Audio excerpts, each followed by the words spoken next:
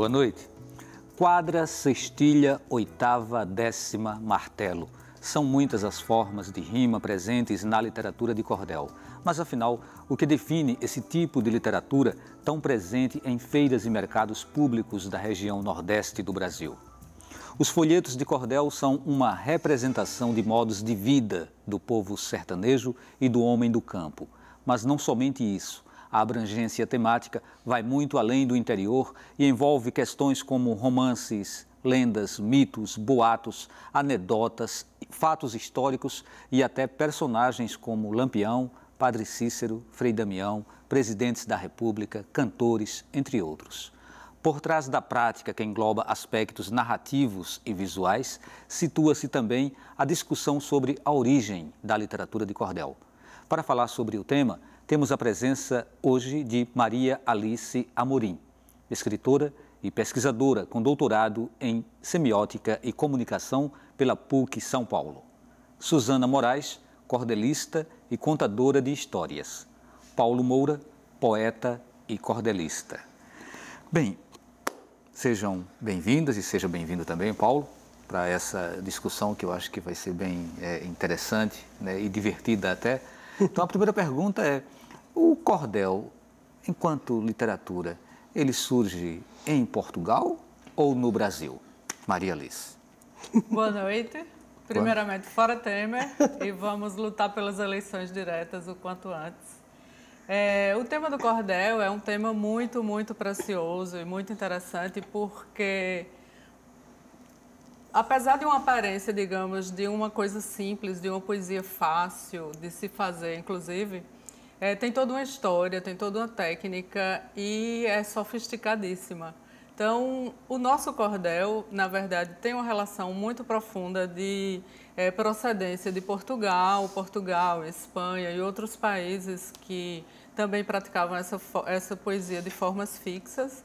E claro que quando chega entre nós e se fixa como uma poesia tradicional nossa brasileira, quando a partir de um determinado momento os temas locais, os temas da nossa cultura são absorvidos e começam a aparecer, e os poetas são poetas daqui, nascidos no Brasil, no Nordeste especificamente, então aí a partir daí a gente pode dizer que o cordel é uma expressão poética brasileira, nacional, não é?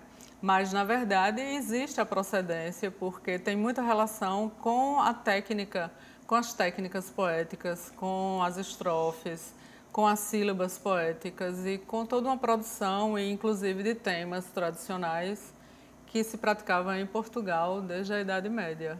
Se formos estabelecer uma cronologia, Suzana, esse abrasileiramento, né, do cordel, ele se dá a partir de que período? Seria mesmo final do século XIX, começo do século XX? Como é isso? É difícil a gente precisar exatamente o período, né? Porque a nossa cultura, a nossa civilização, né? Ela foi muito oral. A nossa herança, ela é muito oral. E o cordel já vem E o cordel já vem dessa de oralidade. tudo isso, já vem dessa oralidade. E também tem outras influências, né, Alice? Dos mouros, por exemplo, né? Sim. Antes do Portugal ser Portugal e Espanha ser Espanha, era a Península Ibérica e os mouros dominavam. Então, a cultura árabe, ela também é muito presente na literatura de cordel, né? As cantorias, as serenatas, né? É muito presente em toda essa oralidade. A gente tem os primeiros registros, e a gente fala que o pai do cordel é Leandro Gomes de Barros, né? Porque ele tem, na verdade, registrado ainda hoje a maior quantidade de folhetos. Mas sabe-se que antes dele já existia esse tipo de registro. Mas, por questões históricas, de recursos mesmo, por ser sempre a literatura mais popular, o acesso não era tão difundido assim, não existia. Tem um outro aspecto que é interessante, que se discute inclusive nas salas de aula, que é sobre a história do barbante, né? A literatura de cordel, uma literatura de barbante, né? Nas feiras populares. Aí, Paulo, o que a gente pode acrescentar sobre isso que foi construído no imaginário das nossas crianças, e a gente aprende isso quando também vai para a escola e tem o primeiro acesso à literatura de cordel? Isso. Boa noite. A gente costuma divulgar, difundir nas escolas. A gente trabalha muito, inclusive eu, Suzana e a própria Alice, trabalha o cordel em sala de aula, né? Que o cordel ele veio sofrendo uma transmutação, não sei se a palavra seria essa, mas ele foi se modernizando. Ele passou um tempo que ele esteve em baixa, né? Isso aí a gente vai lá, fala um pouco lá na frente, mas esse nome cordel, para não fugir da pergunta, é porque sempre se diz que lá em Portugal ele era colocado em cordões, em cordéis, né? Mas, inclusive, quando chegou aqui no Brasil, que ele teve mais vez, ele no sertão, ali, Serra Teixeira, foi quando começaram a oralidade, no caso, a palavra, a poesia cantada, falada e cantada. Ela veio depois tomar forma escrita, né? Já com os cordelistas escritores, né? De bancada, como se dizia. Mas existiam os rabequeiros, eu acho que o precursor dessa poesia matuta que deu a origem ao cordel seria o Agostinho Nunes da Costa, né? O Golino Sabugi, do Teixeira, que tem uma herancinha judaica aí também, né? Tem também. Dos mouros, herança judaica, que aqui, na minha impressão, chegou aqui no Brasil, no sertão, inclusive, ele mudou sua forma até de escrita, né? Ficou mais poético, se voltou mais para a poesia, para a rima, para a métrica, para aquela coisa eu acho que a sonoridade da poesia, do cordel. Porque alguns livretos, alguns folhetos de lá de Portugal e da Espanha, de outros países, alguns deles eram só narrativas, não tinha poesia, era mais prosa, né? E aqui ele foi absorvendo cada vez mais essa linguagem poética, né? E depois transformou-se no cordel escrito. Ok, a gente vai falar daqui a pouquinho também sobre a formatação, né, da poesia em cordel. Mas antes eu queria voltar para Alice. Alice, eu estive na semana passada em Caicó, no Rio Grande do Norte, participando do 6º colóquio de História Cultural e Sensibilidades. E lá tive a oportunidade de acompanhar uma palestra com a professora Rosilene Alves de Mello, né, que é uma grande estudiosa do cordel. E aí ela falava que é preciso a gente ver o cordel como uma prática cultural e que isso o coloca, inclusive, acima do conceito de literatura. Como que a gente pode fazer esse tipo de análise a partir dessa visão que ela tem? E por quê? O que diferenciaria, se é que a gente pode considerar que existe a mesma diferença entre a literatura de cordel e a literatura clássica? Boa pergunta essa e exige um bocado de reflexão e de respostas bem profundas, né? Vou tentar ser ágil. Na verdade, tudo é prática cultural, não é? Assim, com todo respeito à obra e às reflexões de Rosilene, né, que é uma pessoa bem preparada e que está, inclusive, coordenando o inventário relacionado ao registro do cordel como patrimônio imaterial do Brasil, né, patrimônio cultural do Brasil.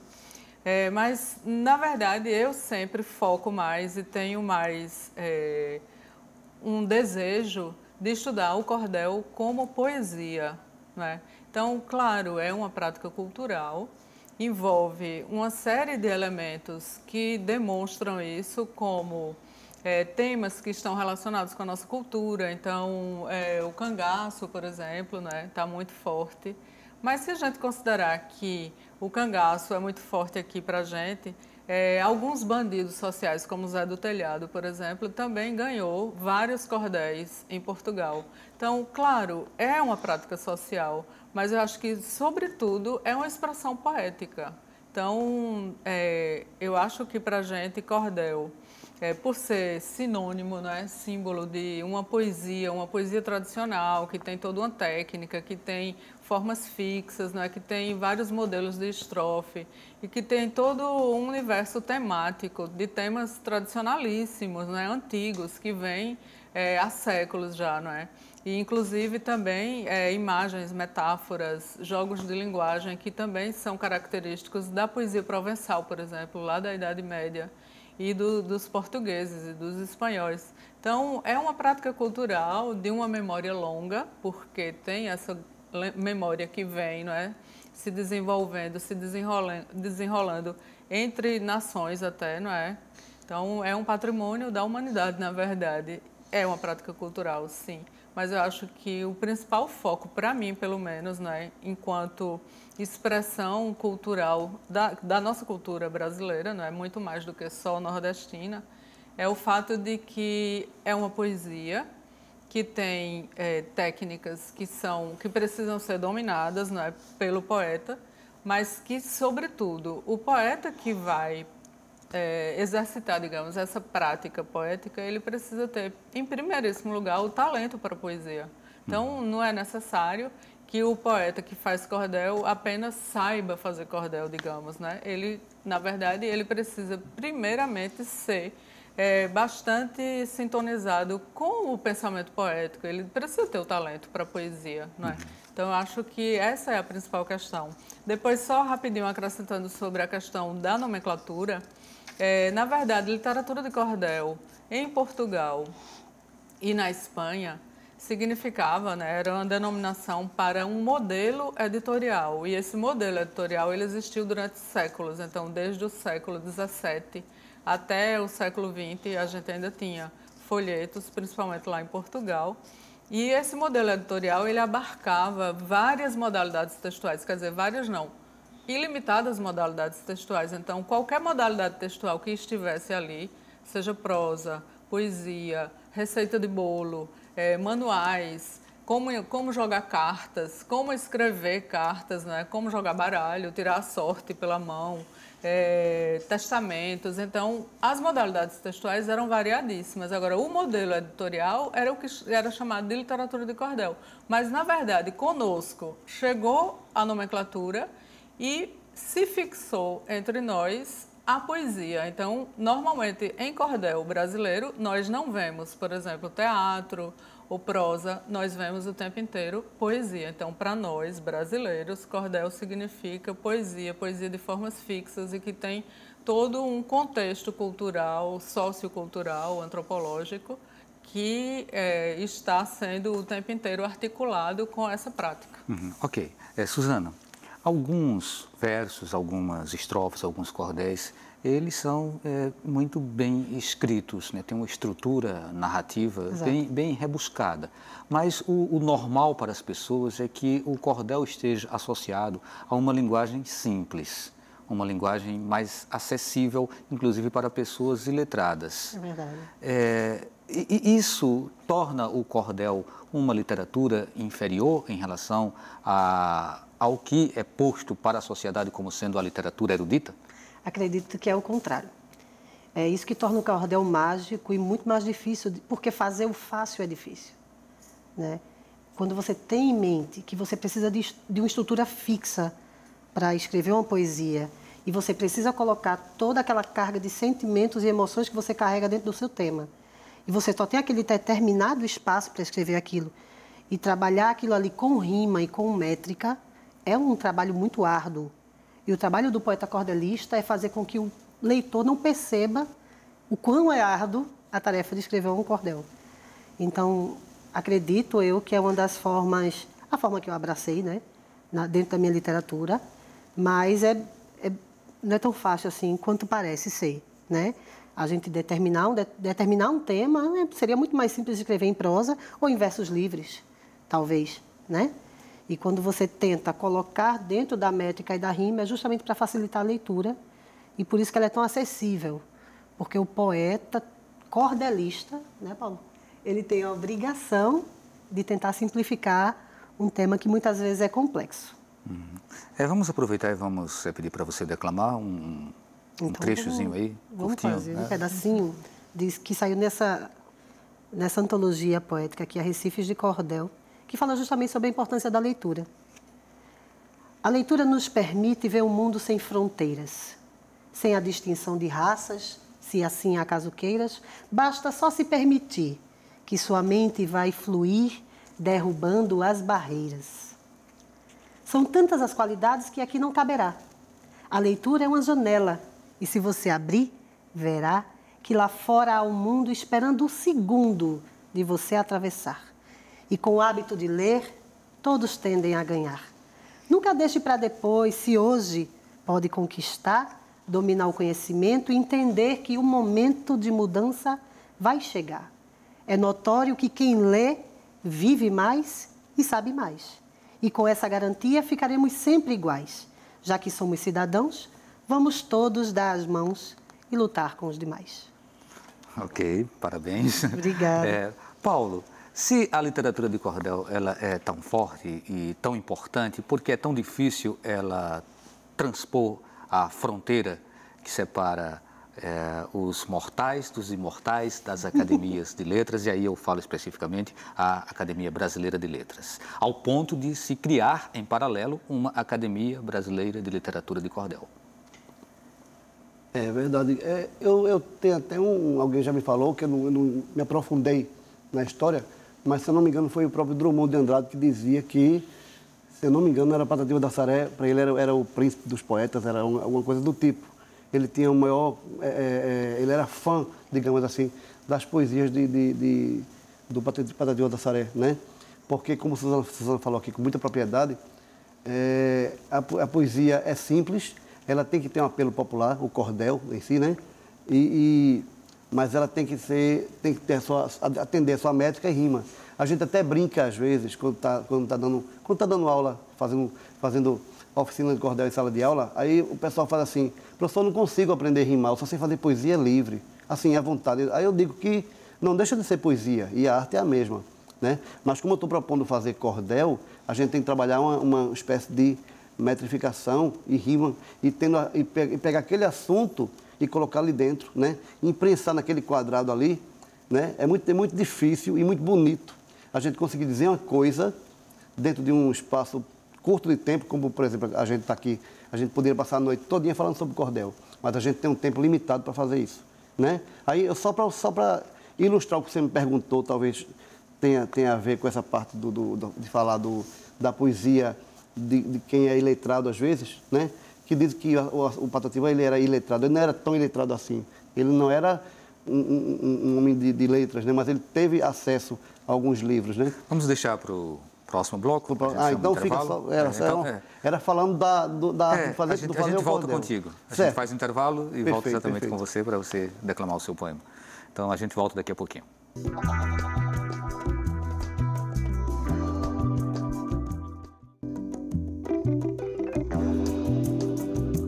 O Opinião Pernambuco está de volta com o tema Literatura de Cordel.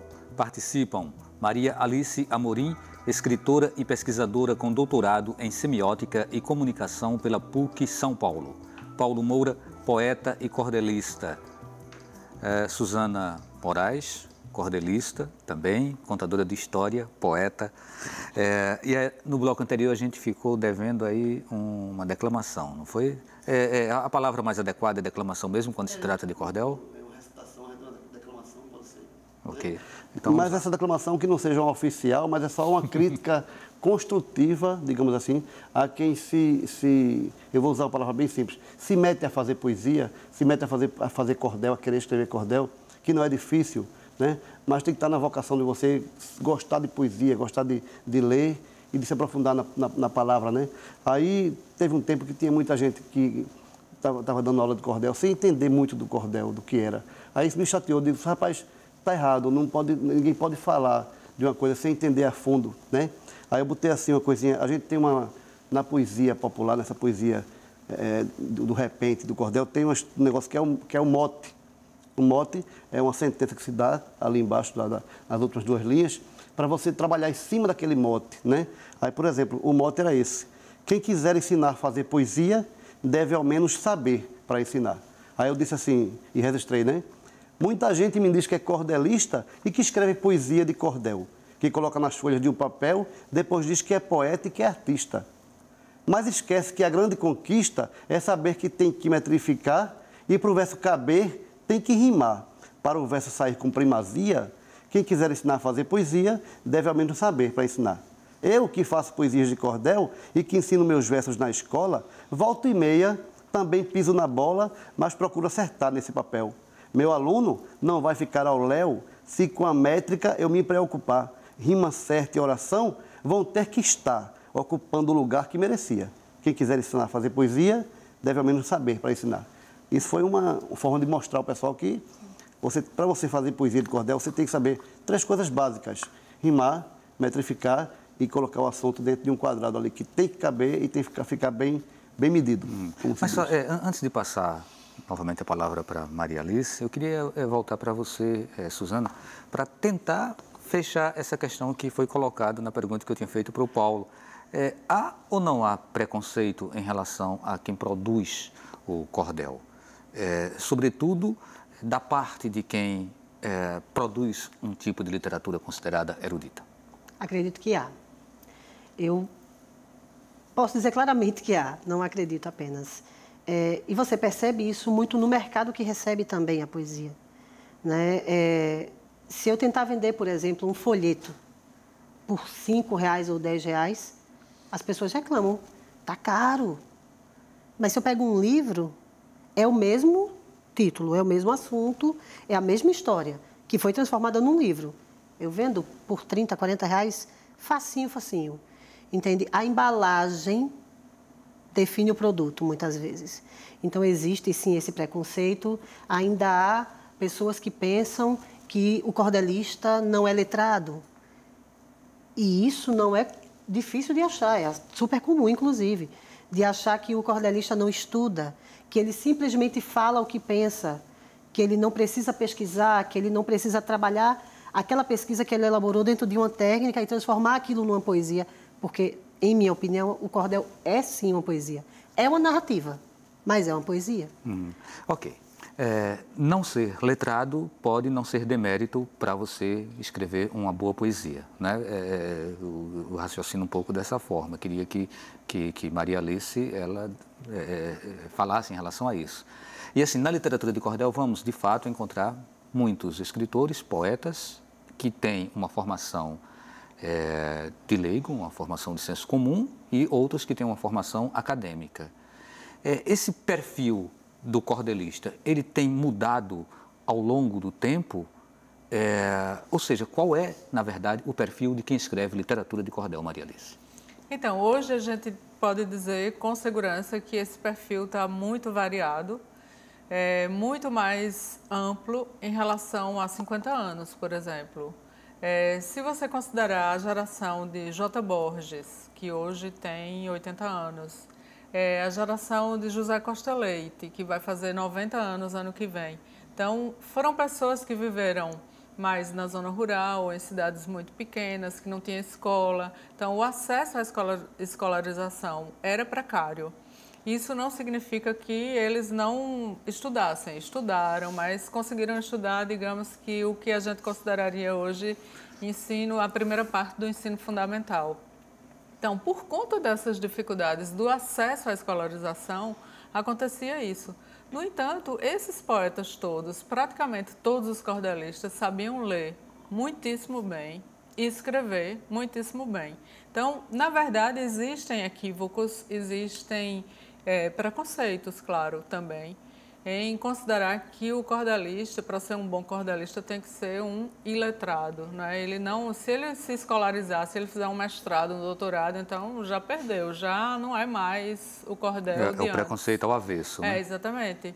E aí, hoje a gente tem cordelistas muitíssimo jovens, bem jovens, como essas gerações aí que já produziram muito e de outras maneiras também na feira, em tipografias com os tipos móveis, né? Hoje a gente faz em casa, imprime em casa.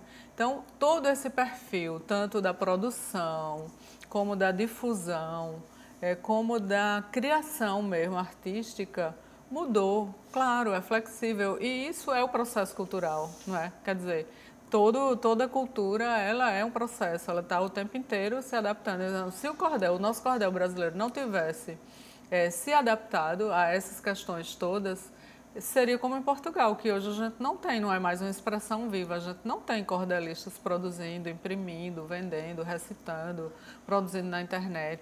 Então, na verdade, existem muitos equívocos, preconceitos e que atrapalham isso, mas o cordelista sempre, normalmente, praticamente todos, eles sabiam ler muitíssimo e tinham um grande repertório de leitura e leitura de poesia, inclusive.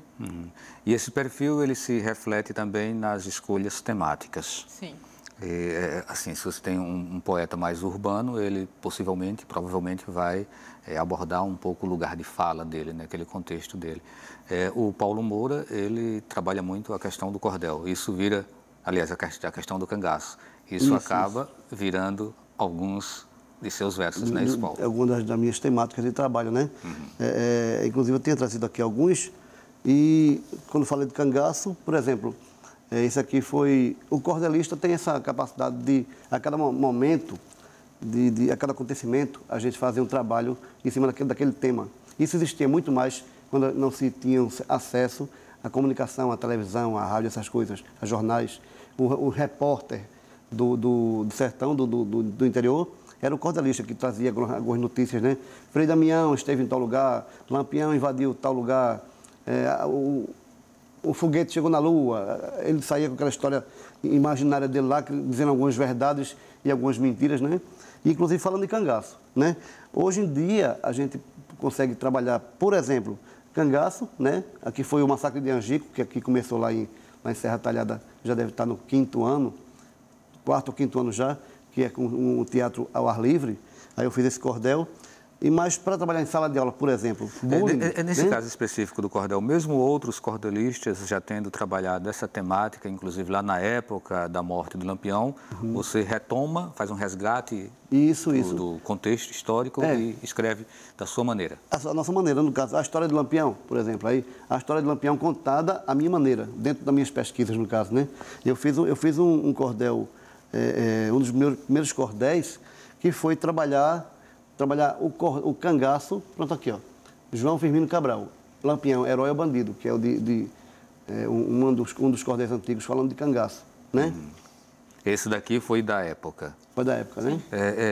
Foi muito tempo entre a morte, foi após a morte ou foi enquanto ele era vivo ainda? Vocês lembram? Eu acho que isso aí já seria a morte anos 50, 70, que depois escreveram muitas coisas, né, sobre cangaço, né? Mas vale todo assunto que permeia o universo do escritor, né, ou de sua comunidade, no caso, né, a gente vai relatando. A história do Baião, por exemplo, né, isso aqui foi um trabalho de faculdade, porque o cordel já alcançou a academia, né? Depois de, como eu falei aqui no começo, e eu acho que as meninas concordam comigo, o cordel teve uma queda brusca, eu acho que nos anos 40, 30 para 40, ele era muito difundido nas feiras dos interiores. Depois ele teve uma queda brusca, porque chegaram com mais facilidade os meios de comunicação, né? Rádio, televisão, os jornais e tal. E ele hoje ressurgiu, mas ele mudou um pouco, e você pode até perguntar se as meninas concordam comigo, ele mudou um pouco do seu lugar de estar, no caso. Hoje, onde tem cordel de feira, é daquele cordelista que ainda resiste vivendo do cordel. A gente tem alguns poucos que vivem de cordel, né? Mas a maioria dos cordéis estão em shopping centers agora, estão em faculdade, estão sendo objeto de estudo e trabalhos também de sala de aula, que é um incentivo à leitura. É o que a gente se propõe muito a fazer. Ok, Suzana, e você em relação a essa questão dos temas? Do cangaço? Não, em relação aos temas, né? Como que são as tuas escolhas e como que você interpreta as escolhas que são feitas por outros cordelistas? Bom, meus temas são variadíssimos, mas eu sempre procuro colocar o eu poético no feminino. Porque quando eu comecei na literatura de cordel, eu fui muito bem acolhida por todos os cordelistas, mas me causou espanto perceber que a presença feminina ainda é muito escassa. Então, existem pesquisadoras, como Maria Alice Amorim e outras, mulheres que pesquisam o cordel, como homens também, mas o número de mulheres que fazem cordel, as cordelistas ainda é muito pequeno. Então, eu comecei a trabalhar, Paulo Moura falou, do tema do cangaço, que é tão recorrente na literatura de cordel, né? Os cordelistas falam muito habitualmente no cangaço. E aí me pediram para fazer, inclusive Paulo Moura me pediu para fazer um cordel sobre o cangaço, e eu disse, rapaz, eu não tenho nenhum cordel sobre cangaço, porque tudo que de cangaço já foi falado. E fui para casa com aquela inquietação e comecei a perceber que não existia a figura de Maria Bonita, a não ser como coadjuvante do Lampião. Todo o cordel fala de Lampião, né? E cita o cangaço. Não fala de Maria Bonita citando o Lampião, é sempre o contrário. E aí eu comecei a perceber nessas nuances por ser mulher e perceber que a figura feminina, quando retratada no cordel, não é de atriz da trama. Quando é atriz da trama, ela tem uns lugares muito específicos. Então, eu busco abordar temas femininos na minha obra. Tem também tua produção Infantil, né? Mas a gente fala sobre ela daqui a pouquinho. Acho que vai para o último bloco. Eu vou voltar para Maria Alice. Maria Alice, dentro dessa questão das temáticas, né? Você tem um trabalho de pesquisa, de coleção, um acervo, né? Um acervo, são quantos títulos que você conseguiu levantar? 7.300 títulos, itens, que aí tem reedições de alguns títulos, não é, que se repetem, e almanacs também. Eu vou querer que você fale sobre essa coleção, mas até para linkar com essa provocação da Suzana, quanto por cento desses 7.000 títulos teria sido produzido por mulher? Dá para ter uma ideia? Olha, em porcentagem é difícil, mas eu, sei lá, chutaria assim uns 10% no máximo, porque na verdade essa é uma realidade. Existem poucas mulheres cordelistas. E até quando se estuda como a mulher é tratada, né, nos cordéis, também é sempre numa posição subalterna, não é protagonista. Só isso aí dá uma discussão enorme, né? Enorme. Mas fala um pouco mais então, aí sobre mas isso está mudando. Então, por exemplo, Suzana é um exemplo disso, Mariane Biggio, quem mais? Érica Montenegro. Érica, sim. Então, nós temos poetas dessas novas gerações, dos anos 90, anos 2000 para cá, não é? Lourdes. Rivani Nazar. Angela Paiva. Exato. A gente tem um grupo de mulheres assim bem atuantes, né? E protagonistas mesmo, e que estão também dando uma nova direção a essas temáticas e a temática de gênero, né? Então, isso é importante, porque, na verdade, como todo o universo cultural nordestino, existiram ou existem ainda certos conservadorismos. E no cordel não é diferente. Então, a gente tem esse novo fôlego. Muito forte. Sim. Inclusive, assim, retomando até essa questão que eu coloquei de que eu participei lá do seminário, teve uma colocação lá extremamente polêmica, que foi sobre essa forma como a mulher é representada na literatura de cordel. Né? Essa mulher, ela foi representada sempre como sendo a subserviente, né? a dominada que deveria aceitar essa condição. E depois, não, é um reflexo, simplesmente a literatura não tem o papel de resolver esse tipo de problema, a literatura tem o papel de retratar o que está acontecendo. Eu acredito, particularmente, até que antes a gente teve isso muito arraigado, muito forte, mas me parece que hoje o comprometimento dos novos cordelistas seria de não reproduzir esse tipo de preconceitos, né, que foram tradicionalmente colocados. O que é que vocês acham disso? Não, então, na verdade, como mudou também o perfil do próprio poeta, não é? Então, claro que existe toda uma renovação, inclusive nesse universo temático e na maneira de abordar os temas. E isso é importante. E é preciso estar atento a isso. É preciso estar atento a isso. E eu acho que a gente não tem que dizer que, ok, o cordel tem que ser assim. Não, o cordel não tem que ser assim. O cordel é o que ele vai sendo, o que ele vai se construindo, não é? E essa é uma construção permanente. E enquanto for uma construção, uma adaptação, ele vai continuar se renovando, apresentando vitalidade, não é? Se oxigenando e realmente atuante, não é isso? Então, na verdade, eu acho que é importante, fundamental.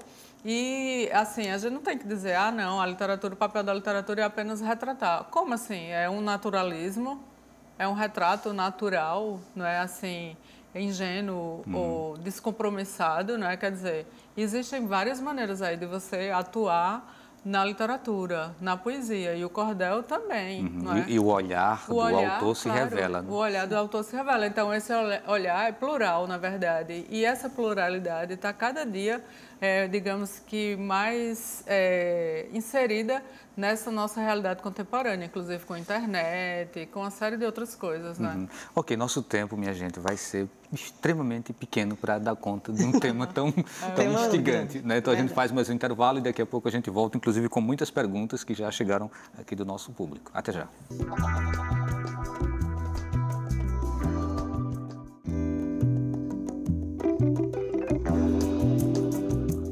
O Opinião Pernambuco está de volta com o tema Literatura de Cordel. Participam Maria Alice Amorim, escritora e pesquisadora com doutorado em Semiótica e Comunicação pela PUC São Paulo. Suzana Moraes, cordelista e contadora de histórias.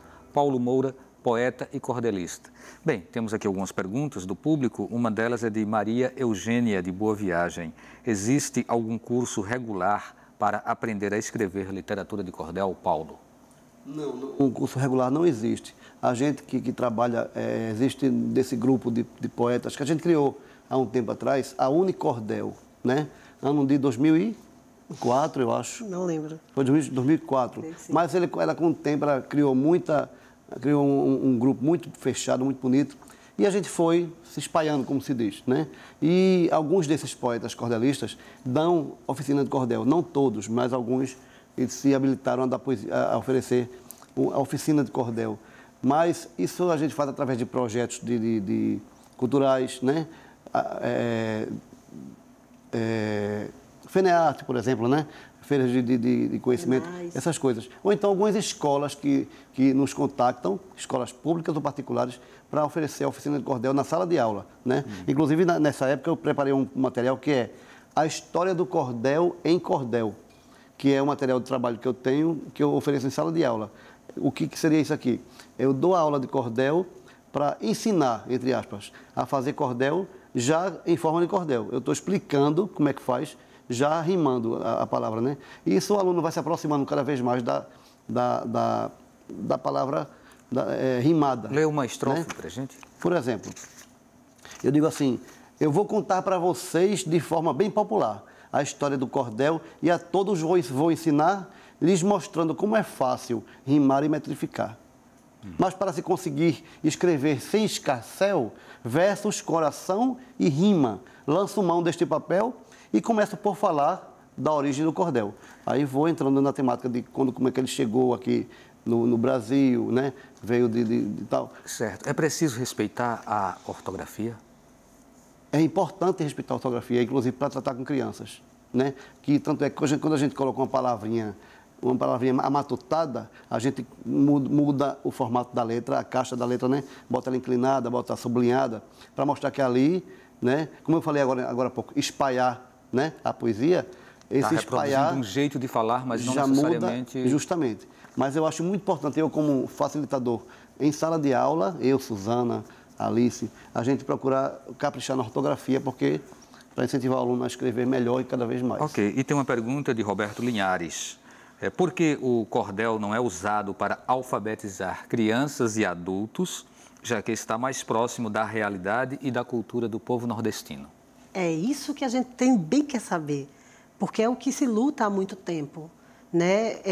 Se você observar, tem se perdido isso ao longo do tempo. O meu avô foi alfabetizado com o cordel, meus pais foram alfabetizados com o cordel, né? Quando não se tinha acesso à escola, muitos sentavam-se à beira de uma fogueira ou no alpendre de uma casa e se lia um cordel em conjunto e aí vai se alfabetizando, né? Hoje em dia, nossa luta é para que o cordel faça parte da grade curricular das escolas. Afinal de contas, é uma linguagem muito fácil de ser absorvida, de ser aprendida. Ela é rimada, ela é cantada. Tem muita gente que diz, você fala cantando. O falar cantando já é próprio do nordestino. A gente tem a sonoridade na fala, né? Então, se você trabalhar o cordel dentro disso daí, você tem ganhos incríveis. E eu trabalho muito com o cordel infantil, né? A inclusão do cordel infantil para a sala de aula, e a gente tem ganhos incríveis quando as escolas permitem. Afinal de contas, não é obrigatório ainda dentro do ensino, né? A legislação brasileira ainda não obrigou o ensino da literatura popular. Mas sempre que as escolas permitem, e a gente tem tido um número crescente, né, Paulo, de escolas que permitem isso, os ganhos são maravilhosos. Maria Alice, Ariano Suassuna, quando escreveu O Alto da Compadecida, ele bebeu muito na fonte da literatura popular, né? Inclusive tem um cordel do Leandro Gomes de Barros, que é o cavalo que defecava dinheiro, que traz aquela situação que existe lá no Alto da Compadecida. Só que não é o cavalo no Alto da Compadecida, é o gato que descome dinheiro. Tem a história da bolsinha de sangue também, que é cordel, colocada, né? Que também está no mesmo cordel, né? No cavalo que defecava dinheiro do Leandro Gomes de Barros. Então, assim, é genialidade de Ariano pegar pequenas situações e colocar dentro de uma carcaça muito maior, né? Dentro de uma coisa muito maior, que é uma obra como O Alto da Compadecida. Mas aí tem uma pergunta aqui de Lourdes Feitosa, de Campo Grande, e ela pergunta algo em cima disso já que eu estou colocando. Quais dos nossos grandes escritores sofreram influências do cordel? Como se pode identificar essas influências? Boa pergunta. Muito bom, muito bom. Profunda. Perfeito. Então, Morte e Vida Severina é um cordel. Na verdade, são cestilhas, não é? Então, é um alto de Natal. Então, o alto de Natal já é um trabalho de inspiração popular, não é? E esse alto, ele está todo escrito em cestilhas, que são as estrofes que são bastante usadas no cordel. Então, aí já tem um poeta. Depois, Ascenso Ferreira também se inspira muito na poesia popular, nos pregões, né? Quem mais eu poderia dizer? Que tem a inspiração na forma e a inspiração também no conteúdo. Pois é, porque na verdade existe a estética do cordel. Então a estética do cordel, ela inclui, inclusive, o aspecto visual, imagético, que tem as xilogravuras, mas não necessariamente xilogravuras, os temas tradicionais, então todos aqueles topoi, né? Então, temas que são presentes, muito presentes nos contos populares, nos contos tradicionais do mundo inteiro, né? Então, isso aí também é um outro aspecto dessa estética. E eu acho que, por exemplo, no Nordeste inteiro até, não só em Pernambuco, mas Pernambuco isso é muito forte, a cultura popular, ela é muito forte, ela inspira muito, e todos os artistas que não são necessariamente da cultura popular e que têm as suas expressões na poesia, na música, no cinema, na moda. Então, estão sempre bebendo dessa fonte da cultura popular, porque é uma tradição, são tradições muito, muito fortes na nossa cultura. Ok. Paulo, como você vê a questão da iconografia que envolve a produção dos livretos de cordel? Sobretudo os livretos mais antigos, eles tinham umas capas, né, bem trabalhadas, inclusive em estilogravura, que tinham uma relação direta com o tipo de imprensa que esse texto passava. É importante, mesmo num momento de tantos avanços tecnológicos, que essa estética ela seja preservada?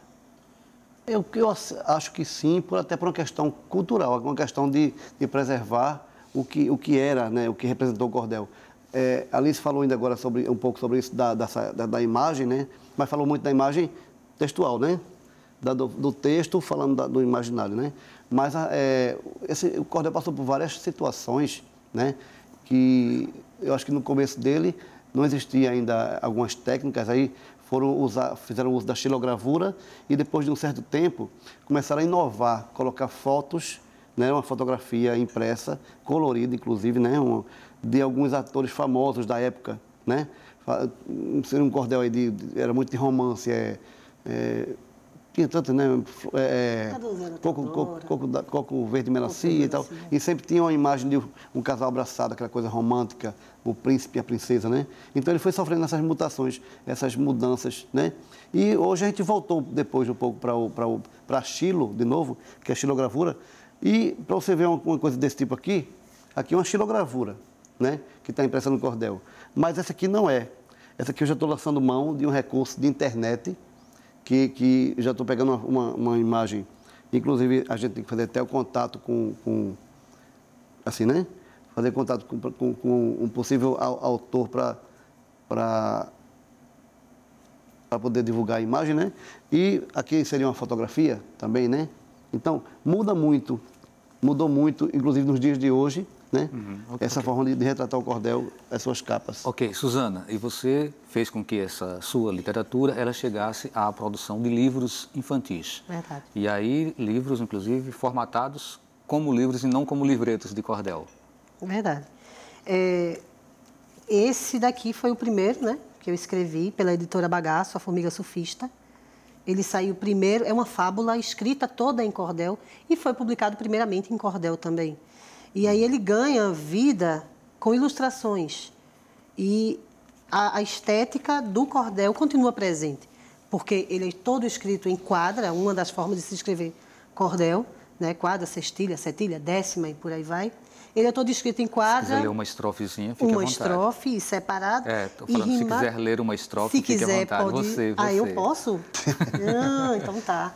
Mas deixa eu falar logo desse aqui também, que vai ser lançado sábado agora, que é o segundo cordel.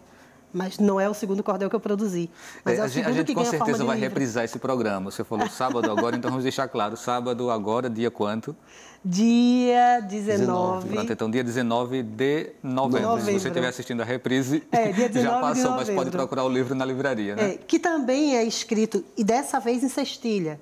Eu tento utilizar várias estéticas do cordel para mostrar para as crianças como é que funciona na rima. E esse aqui, ele diz assim, é uma fábula, né? Eu estava na varanda, deitadinha em minha rede, quando vi um formigueiro subindo pela parede. Com restinhos de comida, uma filinha se formava. Formiguinha atrás da outra calmamente passeava. Mas o céu que estava perto, de repente escureceu. Uma leve chuva fina calmamente apareceu. E aí desenrola-se toda a trama, né? Imagine como funciona uma chuvinha dentro de um formigueiro. E por aí vai. Maria Alice, nosso tempo já está realmente no restinho. Tem uma pergunta aqui de Antônio Alencar. As revistas em quadrinhos são um tipo de cordel? Eu queria que você respondesse de tal forma que dê tempo de você falar também sobre esses livros que você trouxe aí. Tá bom. Como eu falei sobre a estética do cordel, né? Então, o cordel é uma poesia narrativa, e vários quadrinistas têm feito trabalhos. Por exemplo, Clevson Viana, que é um poeta, desenhista, ilustrador, editor. Ele é um artista gráfico perfeito e poeta também muito bom. Então, ele fez, por exemplo, em quadrinhos, um cordel, que é A Moça que Namorou o Bode. Então, na verdade, as estrofes elas são respeitadas e as ilustrações vão do quadrinho, né, dos desenhos em HQ, vão acompanhando toda a história, a narrativa, a fala dos personagens. Então, na verdade, existe a estética do cordel e existe a possibilidade também de ter esse diálogo entre essas linguagens artísticas. Ok, e essa sua produção? Então, a minha produção, esse livro, Literatura do Cordel, na verdade, é um apanhado de vários artigos que eu fui publicando ao longo de vários anos. Tem reproduções de capas de folheto, inclusive aqui, por exemplo, essas páginas são sobre o tema de Lampião, né? Então, cordéis que falam sobre Lampião. Tem um tema aqui que é o do 11 de setembro, né? São vários artigos. Depois, esse aqui, No Visgo do Improviso, ou A Peleja Virtual entre Tradição e Cibercultura, foi a minha dissertação de mestrado lá na PUC de São Paulo, que eu fiz o mestrado lá também, em Comunicação e Semiótica, e foi escolhido para ser publicado pela editora da PUC, né? Foi premiado, na verdade. E esse catálogo aqui, Teia de Cordéis, fala sobre, na verdade, é um catálogo e que reproduz capas de folhetos desde o século XVII, de cordéis portugueses, e também da história do cordel brasileiro. Foram 2 momentos em que eu apresentei uma exposição no Museu de Arte Popular do Recife, lá no Pátio de São Pedro, e o primeiro momento foi só cordéis portugueses e abrangendo toda a produção cordelística de Portugal, inclusive com modalidades textuais variadas e tal. E desde o século XVII. O cordel mais antigo era de 1602, que a gente apresentou. E outro trabalho aqui é o Acervo rapidinho de agora Cordel, que o tempo está indo embora. Que está no site cibertecadecordel.com.br. É o meu acervo, o meu catálogo. Ok, então a gente agradece a sua participação, Maria Alice, a sua participação, Suzana. Obrigada. E a sua participação, Paulo. Agradecemos também a você que mandou pergunta ou que ficou aí em casa nos acompanhando no dia de hoje. O Opinião Pernambuco fica por aqui.